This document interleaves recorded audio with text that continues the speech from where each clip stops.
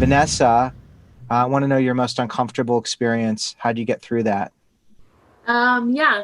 So everyone here, even you know, that in September of 2019, I was diagnosed with leukemia.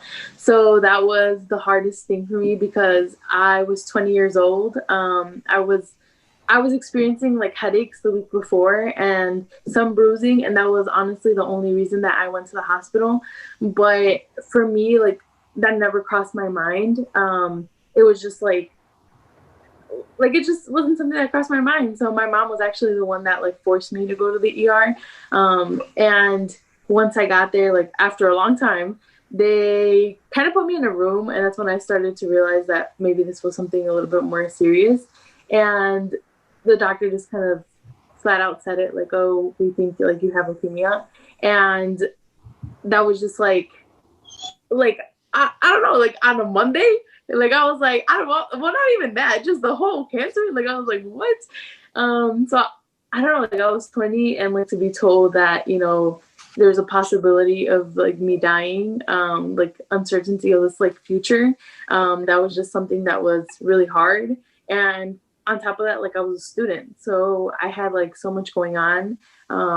It was my junior year of college, so it was just there was a lot of things that came to play. Like I didn't know like treatment wise, I didn't know what was going to happen. Like I didn't know a lot about leukemia, so that was just like the hardest time for me. How do you get through that? Well, it was I don't know. I think like having my support system, obviously science, shout out to science, because I was able to get treatment. I went through chemo. I went through 5 rounds of chemo, and I went through a lot of pills, and just overall, like my support system. I think I had, like Sam. She was, even if she wasn't with me like every day, like she was texting me every day. I had my family texting me every day. I had a lot of visitors, and overall, like it was really hard. I spent 45 days in the hospital. So like on top of like staying in the hospital, like I continued with school, so having a support system at school was honestly like I think what helped me get through it. And then even going through like treatment after, at like as of June, I was barely told that I was cancer free. But even Hey, like then, thank you.